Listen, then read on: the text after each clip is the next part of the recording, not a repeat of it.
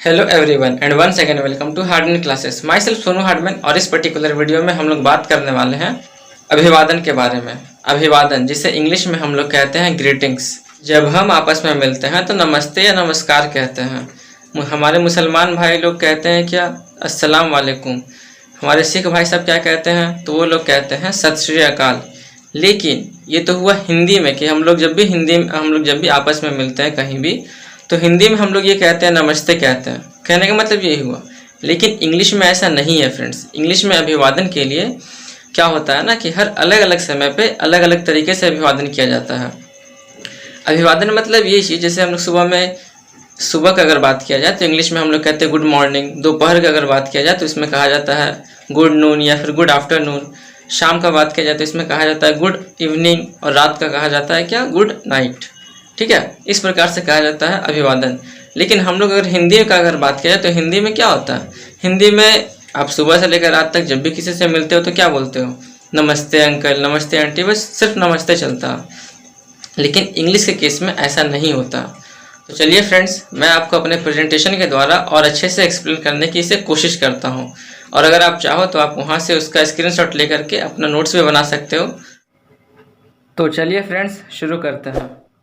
तो आज का हमारा डे 1 है। तो यदि आपको ये वीडियो अच्छी लगेगी तो प्लीज़ एक लाइक कर दीजिएगा, हमारे चैनल को सब्सक्राइब कर लीजिएगा और बेल आइकन को भी प्रेस कर लीजिएगा ताकि आपको आने वाले हर एक वीडियो का नोटिफिकेशन सबसे पहले देखने को मिले। आते हैं, स्टार्ट करते हैं विदाउट वेस्टिंग एनी टाइम। तो देखिए फ्रेंड्स, सुबह से लेकर के दोपहर 12 बजे तक आप किसी से भी मिलोगे तो आपको इंग्लिश में ये बोलना चाहिए गुड मॉर्निंग। क्या बोलना चाहिए, तो गुड मॉर्निंग कहना चाहिए। अब देखिए हिंदी में क्या है, हिंदी में हम लोग नमस्ते ही कहते हैं। क्या हो जाएगा, नमस्ते दादाजी। तो इससे हम लोग इंग्लिश में क्या बोलेंगे, गुड मॉर्निंग ग्रैंडपा। फिर क्या है, ग्रैंडफादर भी कह सकते हैं, उसी को शॉर्ट में यहाँ पे ग्रैंडपा कहा जा रहा। दूसरा क्या है, नमस्ते पिताजी। इसका क्या हो जाएगा कि गुड मॉर्निंग डैड। फिर है नमस्ते बेटा, यानी क्या हो जाएगा कि गुड मॉर्निंग माई सन। मतलब सुबह से लेकर के दोपहर 12 बजे तक आप जिससे भी मिले आपको वहाँ पे बोलना है गुड मॉर्निंग। क्या बोलना है, गुड मॉर्निंग बोलना है। अगर आप किसी टीचर से मिलते हैं तो आपको क्या बोलना है वहाँ पे, गुड मॉर्निंग सर। उसी हिसाब से सेकंड में हम लोगों का आता है कि दोपहर 12 बजे से लेकर के शाम 5 बजे तक आप जिस भी पर्सन से मिलते हैं तो आपको वहाँ पे क्या यूज़ करना चाहिए, गुड आफ्टरनून। जैसे दादाजी को हम लोग क्या बोलेंगे, नमस्ते दादाजी। और उसी को देखिए इंग्लिश में क्या बोल रहे हैं कि गुड आफ्टरनून ग्रैंडपा। फिर क्या है, नमस्ते दादी जी। इससे क्या हो जाएगा कि गुड आफ्टरनून ग्रैंड माँ। फिर क्या है, नमस्ते माता जी। तो क्या हो जाएगा इसका कि गुड आफ्टरनून मम्मी। फिर क्या है, नमस्ते बेटी। तो इससे क्या है कि गुड आफ्टरनून डियर। मतलब हर एक केस में क्या आ रहा, गुड आफ्टरनून आ रहा। यानी कि दोपहर से लेकर के शाम 5 बजे तक आपका वो चीज़ चेंज हो जा रहा। जो चीज़ सुबह में क्या था, सुबह में था हमारा गुड मॉर्निंग, दोपहर में क्या हो जा रहा है, गुड आफ्टरनून। उसी हिसाब से देखिए शाम में क्या हो जाएगा। तो शाम में देखिए 5 बजे के बाद आप अगर किसी से भी मिलते हैं तो आपको वहाँ पे क्या बोलना चाहिए, गुड इवनिंग बोलना चाहिए। अगर आप देखिए यहाँ पे हम लोग अंकल का एग्जांपल लिए हैं तो क्या हो जाएगा यहाँ पे गुड इवनिंग अंकल। फिर गुड इवनिंग आंटी। फिर क्या हो गया, गुड इवनिंग माय चाइल्ड।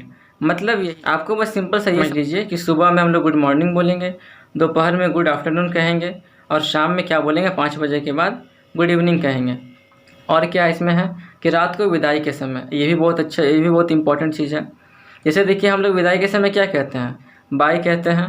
तो एक बाय भी हुआ, लेकिन रात में जब हम लोगों का रात में किसी से मिले हम, यानी वही कि शाम में 5 बजे के बाद, कि मान लीजिए कि शाम में 5 बजे के बाद किसी से मिलते हैं तो उसे क्या बोलेंगे, सबसे पहले गुड इवनिंग तो कहना है।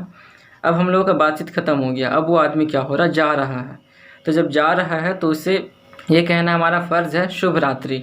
तो शुभ रात्रि तो हिंदी में हो गया, इंग्लिश में क्या कहेंगे उसे, तो गुड नाइट कहना चाहिए। ठीक है, और आप सभी सीख रहे हैं तो मैं यही आपसे रिक्वेस्ट करूंगा कि आप एक बार इन सभी चीज़ का नोट्स बना लीजिएगा, या फिर अगर आप नोट्स नहीं भी बनाते हैं तो आप इससे अच्छे से प्रैक्टिस कीजिएगा, क्योंकि प्रैक्टिस मेक्स मैन परफेक्ट।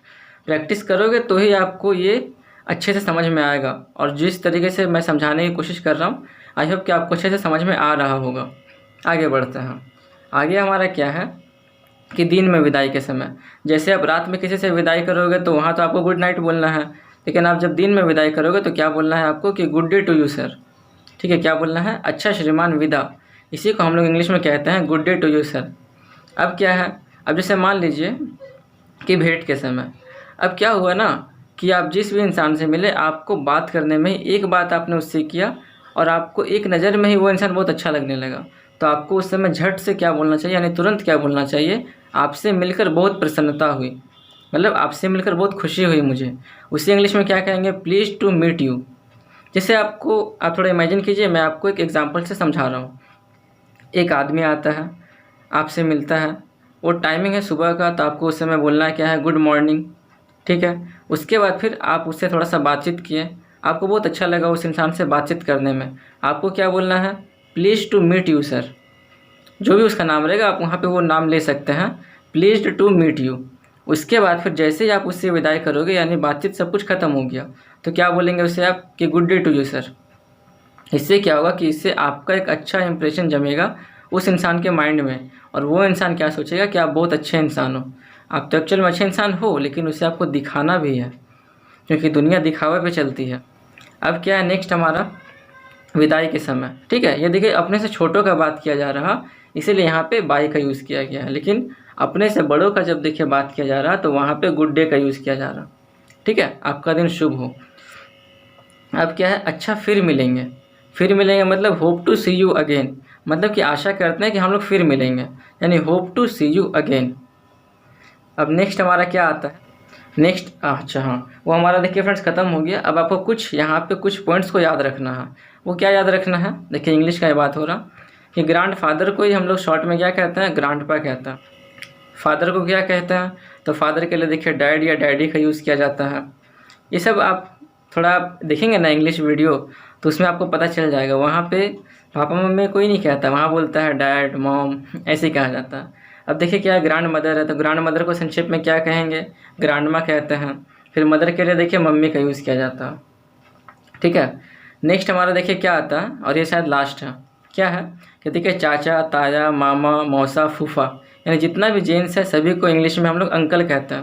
मतलब देख रहे हैं ना, ये इंग्लिश का नियम इतना ऐसा है कि आप अंकल कह रहे हैं तो आपको पता ही नहीं चलेगा कि आप चाचा को अंकल कहना चाह रहे हैं, या मतलब कि आप अंकल चाचा को कह रहे हैं, या फिर आप अंकल मामा को कह रहे हैं। मतलब इंग्लिश का ऐसा नियम ही है कि सभी को एक में ले लिया है अंकल। अब जो चाची, ताई, मामी, मौसी, बुआ जो होने वाली है, उन सभी को क्या कहेंगे, आंटी कहेंगे। और ये तो आपको पता होना चाहिए कि किसी भी पुरुष के लिए आदर सूचक वर्ड मतलब क्या, कि अगर आप किसी इंसान को रिस्पेक्ट करेंगे तो क्या बोलेंगे, आपको वहाँ पे सर बोलना चाहिए। और अगर किसी महिला के लिए आदर सूचक शब्द का यूज़ करेंगे तो क्या बोलेंगे, मैडम कहना चाहिए। उसी हिसाब से अगर आपका चाचा का कोई बेटा या बेटी है, यानी कि आपका कोई चचेरा भाई या बहन है, ममेरा भाई या बहन, या फिर मौसेरा या फुफेरा भाई या बहन है, तो वहाँ पर आपको सिर्फ कज़न का यूज़ करना चाहिए। क्या देखिए यहाँ लिखा हुआ COUSIN, कज़न का यूज़ करना चाहिए, ना कि कज़न ब्रदर और कज़न सिस्टर। अगर आप कज़न ब्रदर और कज़न सिस्टर का यूज़ करते हैं तो आपका गलती हो जाएगा। और एक सबसे इम्पॉर्टेंट चीज़ कि पति को इंग्लिश संक्षेप में हब्बी कहते हैं, और हब्बी क्या है, एक पंजाबी भाषा है, ठीक है। मतलब कि पंजाबी भाषा में हस्बैंड को हब्बी कहा जाता है, और बाकी तो हिंदी में आपको पता है। तो thank you friends, Radhe Radhe. अब मैं आपको मिलता हूँ कल एक नई वीडियो के साथ, जब तक के लिए till then good bye, Radhe Radhe.